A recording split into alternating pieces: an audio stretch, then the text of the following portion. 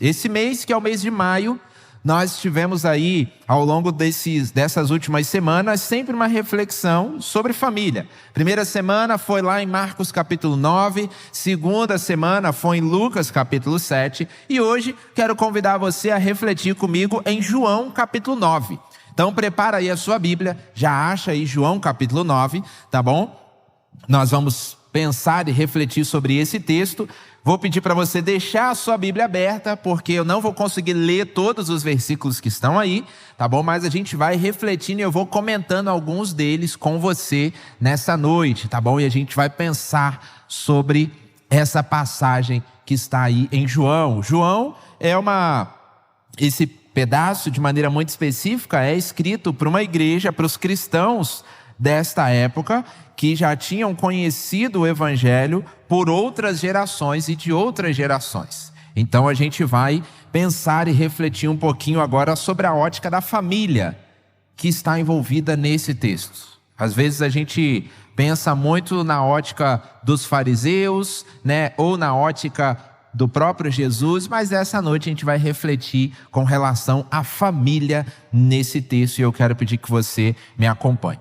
Você vai fazer uma musculação aí com o seu pescoço, você vai precisar olhar a Bíblia e olhar para mim, tá bom? Então, fica atento para você não se perder no meio do caminho, tá bom? Antes da gente ler os versículos, quero que você entenda, eu vou resumir a história toda aí do que aconteceu. Jesus está chegando lá com seus discípulos na cidade e encontra um homem cego. Os discípulos começam ali a perguntar quem é, por que ele estava cego, o que acontece.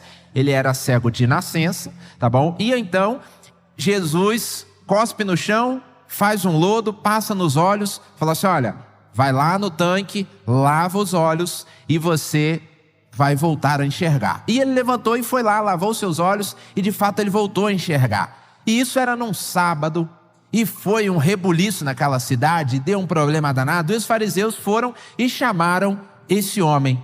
Trouxeram ele para interrogar e falaram assim, olha, o que aconteceu? E ele contou essa história, que ele tinha sido curado, como é que aconteceu, ele contou os mínimos detalhes e tudo bem, e os homens não acreditaram. Falaram assim, não, você está mentindo, você está enrolando a gente de alguma forma, ou você não era cego, isso não está batendo. Vamos fazer o seguinte, chama os pais. Aí mandou chamar os pais dele. Os pais dele foram lá e perguntaram, olha, a gente quer saber se esse rapaz é seu filho, se ele de fato nasceu cego e o que aconteceu que agora ele está vendo.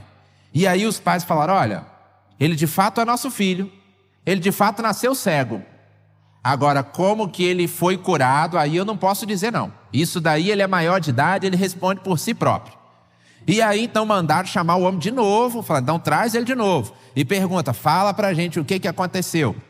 Ele já estava meio injuriado, assim, sabe, meio aborrecido, de toda hora ficar chamando ele, toda hora perguntando a mesma coisa. E ele falou assim, agora vocês estão querendo por acaso, falando para os fariseus, né? Vocês estão querendo agora se tornar discípulos de Jesus? Eu já falei várias vezes aqui para vocês do que aconteceu e que foi ele que me curou e vocês não estão acreditando. E aí foi quando o caldo entornou, e aí eles falaram assim, olha, você está afrontando a gente porque você é um pecador. E você está querendo nos ensinar, e acabaram expulsando ele, então, da sinagoga, e ele volta e encontra com Jesus mais uma vez, e nesse momento, então, Jesus transforma a vida daquele homem por completo, e faz uma restauração na sua vida. Esse é tudo o que acontece aí no capítulo 9 de João. E pensando nesse contexto, nessa realidade, eu quero refletir sobre algumas coisas com você. Primeiro ponto que eu quero pensar com você, à luz desse texto, é de que nós precisamos parar de tentar encontrar um culpado. Olha comigo nos primeiros versos do capítulo 9, o que acontece. Ao passar, Jesus viu um cego de nascença. Seus discípulos lhe perguntaram, mestre, quem pecou, este homem ou os seus pais, para que ele nascesse cego? Disse Jesus, nem ele, nem os seus pais pecaram, mas isso aconteceu para que a obra de Deus se manifestasse na vida dele. Primeiro ponto que eu quero refletir com você é exatamente de que nós precisamos parar de encontrar um culpado para tudo. No momento em que esses discípulos encontram esse homem e ele tem uma necessidade, ele tem uma carência ali, o que acontece é, ao invés de atender e ajudá-lo diante das necessidades, o que eles fazem é exatamente se questionar de quem era a culpa. O culpado era de A, o culpado era de B, quem era o responsável por fazer isso? E ali Jesus então deixa muito claro para ele que o importante não era quem tinha cometido o pecado ou quem tinha cometido o delito, mas aquele era o momento da glória de Deus se manifestar. É importante a gente entender que Deus ele não causou a enfermidade naquele homem, mas diante daquela situação, essa era uma oportunidade de glorificar o Pai, trazendo a cura e restauração para ele. Reconhecer que Deus ele é soberano em todas as coisas é difícil, muito difícil. Principalmente quando alguma coisa vai contra a nossa vontade. Às vezes Deus nem tem nada a ver com a história, com a situação que estamos vivendo. E muitas das vezes o que estamos sofrendo ou o que estamos passando é consequência das nossas próprias escolhas. São consequências das nossas próprias atitudes, das nossas próprias falas. Mas a grande tendência do homem em toda a história, e a gente vê isso desde o princípio, é sempre procurar um culpado. Alguém a quem ele possa designar responsabilidade. Inclusive, algumas pessoas às vezes têm dificuldade de decidir algumas coisas, exatamente por medo de assumir a responsabilidade. Algumas pessoas pedem o conselho, mas elas usam e assumem o conselho como uma verdade absoluta. E aí você fala para a pessoa, olha, compra o carro preto. Aí a pessoa vai lá porque você deu opinião e compra um carro preto. Aí depois ela fala assim, nossa, mas o carro preto esquenta demais. Mas eu comprei porque você falou. Não, mas eu fiz isso porque você disse que era para fazer. Não, mas eu fiz isso porque... E nós precisamos entender que a responsabilidade da nossa caminhada de vida, ela é individual. Nós não podemos ficar procurando um culpado. Não, porque foi o fulano que há muitos anos atrás ele falou algo que me machucou. Não, porque foi ciclano que há muito tempo atrás ele falou e isso eu guardei no meu coração e isso me traz dificuldades para eu desenvolver determinada área da minha vida.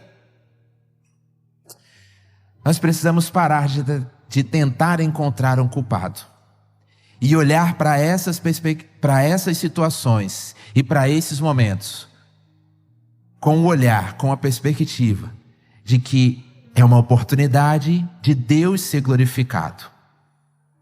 É uma oportunidade de Deus ser glorificado quando você libera o perdão. Quando você abre o seu coração e mesmo que você esteja na sua razão, fala assim, rapaz, vamos resolver esse negócio? Porque isso está fazendo mal para mim, está fazendo mal para você, vamos resolver? E você vai lá e pede perdão pelo que aconteceu. Às vezes a pessoa não faz nem ideia do que aconteceu. Na cabeça dela já foi, ela nem está aí. E isso está aí machucando você, angustiando você há anos.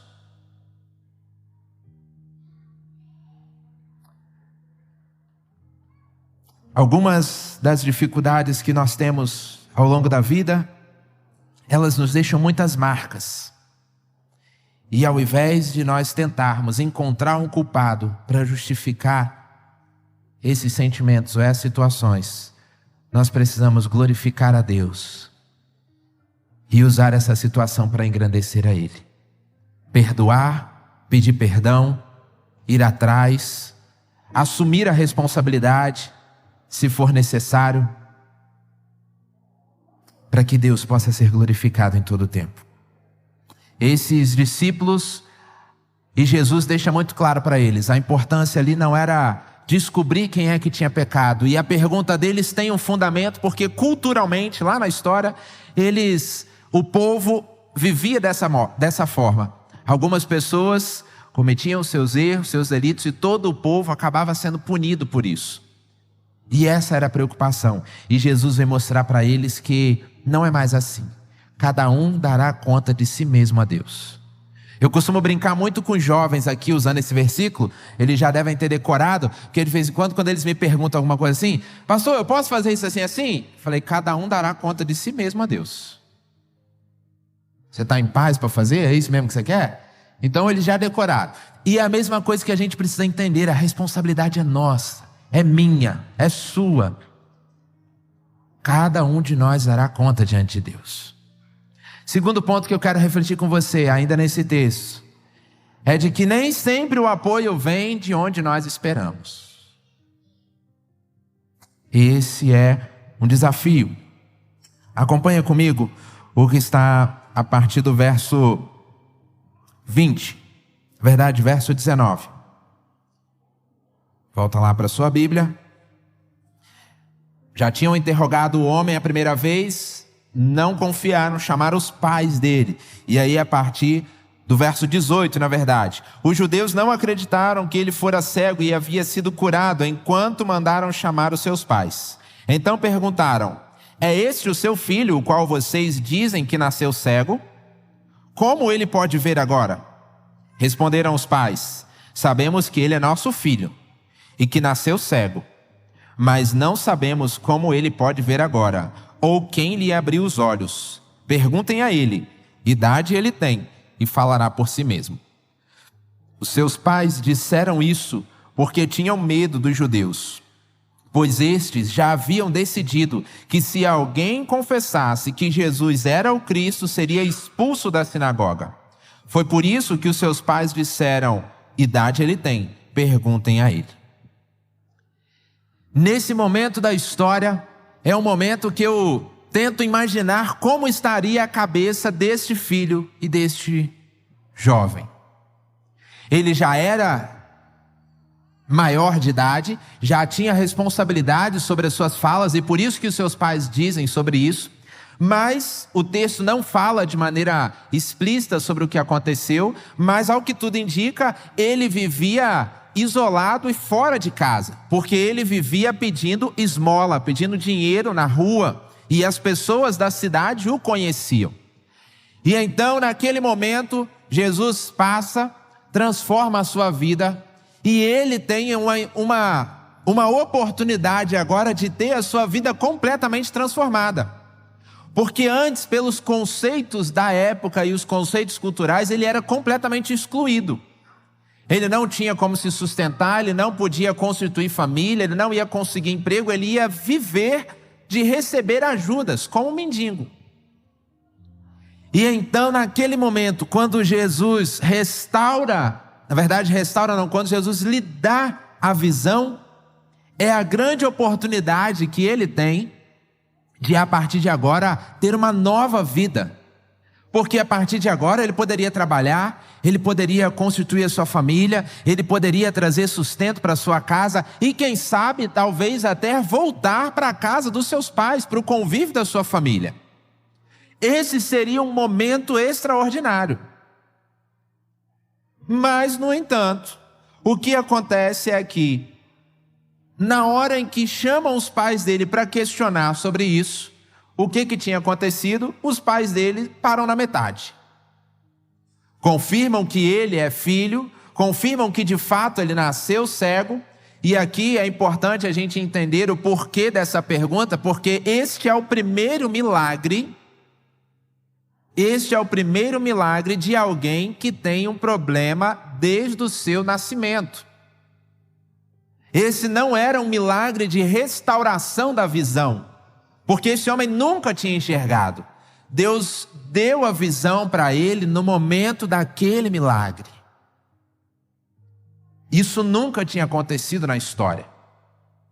Mas, neste momento, os seus pais, escolhendo, de alguma forma, estar mais aliado aos fariseus, eles não declaram que Jesus era aquele que tinha curado o seu filho. E, de alguma forma, esse homem que em algum momento poderia ter tido a esperança de voltar a esse convívio, de ser aceito pela sociedade, de pronto acaba sendo o quê? Excluído de novo. porque ele declara que Jesus é o Senhor, que Jesus é o próprio Cristo e que foi ele que o curou, mesmo diante dos fariseus. E é importante a gente compreender a preocupação, e porque quando ele fala aqui de expulsar da sinagoga, às vezes o pessoal fala assim, botou da porta para fora ali, né? Não era isso. O conceito aqui de expulsão e o que acontecia, existiam dois tipos de expulsão. O primeiro é que a pessoa ela estava temporariamente fora da presença de Deus e em algum momento ela iria retornar. E o segundo tipo de expulsão permanente era de fato que a pessoa, além de estar fora da vontade e da presença de Deus, ela estaria excluída da sociedade. Se ela tinha um comércio, ninguém ia comprar no comércio dela, ela não ia conseguir negociar com ninguém, os amigos não poderiam visitar a sua casa, o ciclo de relacionamento seria completamente isolado e ninguém mais iria procurar aquela pessoa. Eles iriam viver completamente isolados. É isso que significa ser expulso da sinagoga. E é isso que acontece com esse homem, depois dele ser curado. Ao invés de ter a sua vida transformada e talvez aceitar a oportunidade ali de ser aceito naquela cultura, ele declara que Jesus é o Senhor.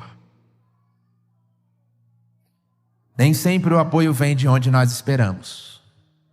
Talvez a maior expectativa no coração desse jovem é que os seus pais, junto com ele, declarassem que de fato era Jesus que tinha curado, o grande esperado, o Messias, e pudessem celebrar juntos essa grande transformação. Mas não foi isso que aconteceu. Na nossa caminhada como família, às vezes nós esperamos receber apoio de algumas pessoas e não recebemos.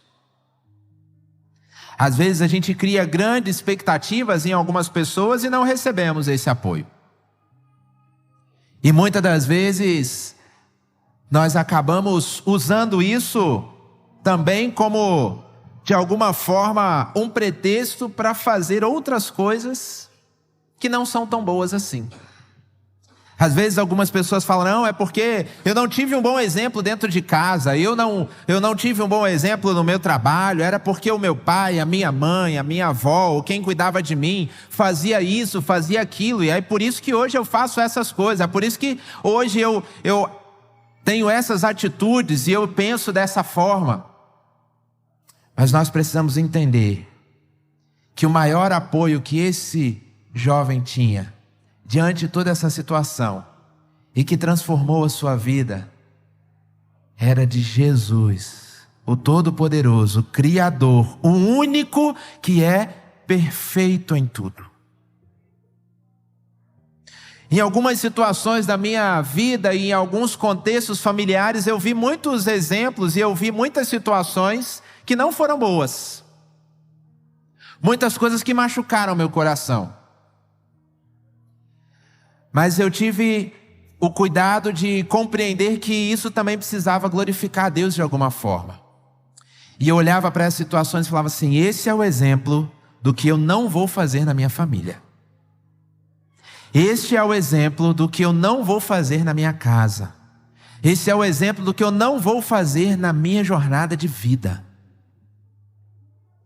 Nós não podemos ter a ilusão e a utopia de que nós só vamos só vamos ver bons exemplos, que nós vamos ter apoio de todas as pessoas, porque essas pessoas vão falhar, o ser humano ele vai falhar. O seu pai, a sua mãe, os seus avós, seja quem cuide de você, eles vão falhar em algum momento. E você que é pai, você que é mãe, por mais que você tente acertar, em algum momento você também vai falhar, e isso é normal. O que nós precisamos entender é que o nosso maior apoio, a nossa maior referência tem que ser o próprio Jesus Cristo. E mesmo naqueles momentos mais desafiadores, quando os exemplos não são bons, é o momento de você olhar e à luz daquilo que Deus já fez no seu coração, entender que você não vai replicar isso na sua vida, que você não vai passar isso adiante, que você não vai fazer a mesma coisa, mas você vai buscar em Deus uma nova prática, uma nova postura, porque Jesus transforma todas as áreas da nossa vida e do nosso coração. Então não adianta procurar um culpado dizendo que as referências, as pessoas não me apoiam. Meu irmão, o maior de todos, o Senhor Jesus está com você. E Ele é o único que precisa estar ao seu lado para te sustentar em todo o tempo. Caminhando para o fim, terceiro e último ponto que eu quero refletir com você. Nós precisamos priorizar o que é prioridade. Parece redundante, mas não é. Nos dias de hoje nós temos às vezes uma lista com 10, 15, 20 prioridades. E muitas das vezes, dentre essas, nenhuma é prioridade na verdade. Depende do humor que você acorda no dia ou da sua disposição. Aí você muda a prioridade. Não, essa acho que hoje vai ser essa aqui, ó. Aí no outro dia você fala assim, hoje eu não estou afim não, mas essa daqui acho que dá. E aí você põe ela para cima. Aí assim você vai definindo as suas prioridades. Mas quando a gente olha para esse texto e para o que aconteceu com esse homem, lá no final do capítulo 9, olha o que acontece. A partir do verso 32. Eles chamam o homem de novo, depois que chamam os pais, agora chamam o homem de novo. E eles perguntam mais uma vez para ele o que tinha acontecido. E ele responde, e os fariseus ficam meio chateados com ele. E ele fala, ninguém jamais ouviu que os olhos de um cego de nascença tivessem sido abertos. Se esse homem não fosse de Deus, não poderia fazer coisa alguma. Diante disso, eles responderam, você nasceu cheio de pecado, e como tem a ousadia de nos ensinar? E então os expulsaram. Jesus ouviu que haviam expulsado e ao encontrá-lo disse, você crê no Filho do Homem? Perguntou o homem, quem é ele, Senhor, para que eu nele creia? Disse Jesus, você já tem o visto, é aquele que está falando com você. Então o homem disse, Senhor, eu creio, e o adorou. Nesse momento da história, nesse momento de transformação na vida deste homem, ele priorizou o que era prioridade. Ao invés dele aproveitar a grande chance que ele tinha, porque Jesus já tinha curado, ele estava lá diante dos fariseus sendo julgado, e Jesus já tinha passado, meu irmão. Ele podia ter feito o seguinte, rapaz, eu vou fazer o seguinte, eu já estou enxergando mesmo, Derlei. Eu já estou vendo, Jesus já foi, eu vou falar para eles aqui, eu vou inventar uma história aqui, entendeu? Porque agora eu vou resolver minha vida. Desde nascença que eu não enxergo, agora eu posso ter a minha família, agora eu posso trabalhar, eu posso ajudar a minha família e dar uma geração para eles, eu vou resolver minha vida agora. E nesse momento, nessa oportunidade, esse homem por inúmeras vezes anuncia que aquele que o curou era o Messias, Jesus o Cristo. A ponto de saber que, se por uns breves segundos ele teria sido aceito pela sociedade, porque agora ele estava completamente são, no segundo seguinte ele é expulso de novo, porque ele reconhece que Jesus é o Cristo. E já tinha sido determinado que todos aqueles que reconhecessem Jesus como Cristo seriam expulsos daquela sociedade, daquele povo. Aquele homem priorizou o que era prioridade. E no final de tudo, ele tem a sua vida completamente transformada. Porque é nesse momento, primeiro ele tem a sua mudança física, a cura da sua visão física. E depois ele então tem agora a transformação do seu coração. E reconhece a Jesus como o único e suficiente Salvador e Senhor da sua vida. E a partir dali, ele o adora. É interessante quando a gente para observar todo o texto que a compreensão sobre Jesus que esse homem tinha foi crescendo aos poucos. No primeiro momento, lá no verso 11, ele vai dizer, homem Jesus. Depois ele vai falar lá no verso 17 que Jesus é um profeta. Um pouquinho mais adiante, no verso 27, ele vai falar, Jesus era um operador de milagres.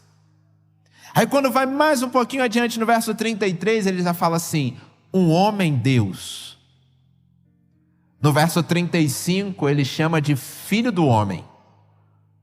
E no verso 38, vai dizer que ele o adorou como Senhor. Neste momento, ele reconhece Jesus como Senhor dos senhores, o único digno de receber adoração e aquele que governa as nossas vidas e os nossos passos. Aquele homem priorizou o que era prioridade. Na nossa jornada de vida, na nossa jornada de família, muitas das vezes nós confundimos as prioridades. Nós perdemos ela de foco. Muitas das vezes nós falamos que amamos a nossa família, que valorizamos a nossa família, mas tudo que a gente faz é mandar um coraçãozinho na rede social. Ou então se encontrar 2 vezes no ano, que é no Natal e no Ano Novo. Em outros momentos, quando a gente está lá na caminhada, ou sabe que algum problema está acontecendo, a gente prefere ficar longe, fala assim, deixa eles se resolverem para lá.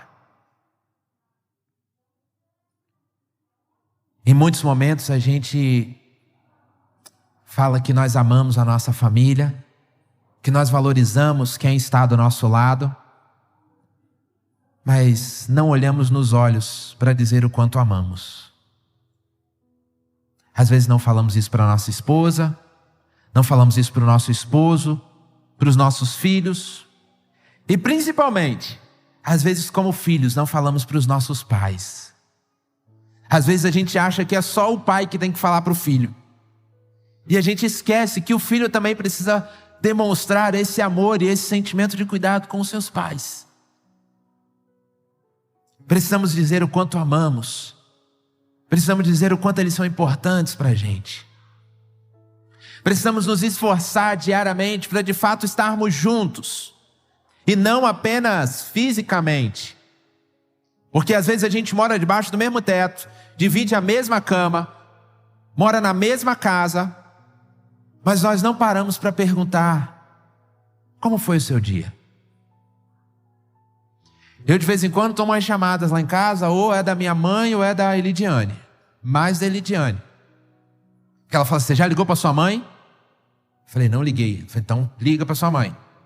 E aí eu ainda brinco com a minha mãe. Eu falei, mãe, estou te ligando, que a Elidiane está pegando meu pé aqui, eu tenho que falar com a senhora.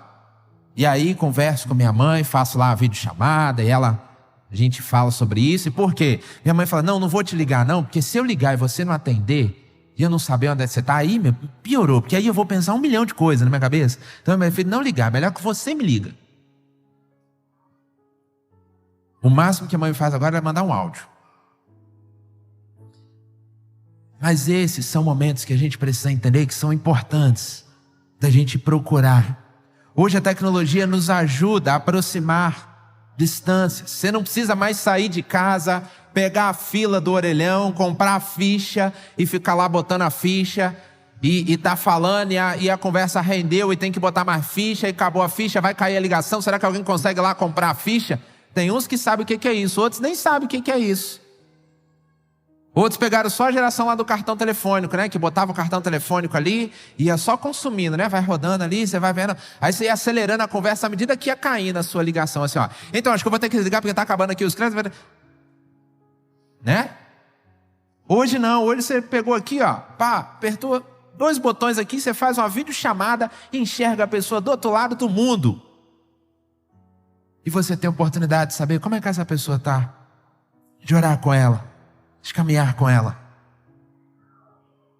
Ou criar uma outra rotina, uma outra disciplina. Pastor Aguinaldo, no meu casamento, ele pregou sobre a mesa. Pregou que toda casa precisa de uma mesa, Derlei. Você já tem uma mesa? Então tá bom. Porque na mesa é o lugar aonde nós sentamos e olhamos nos olhos.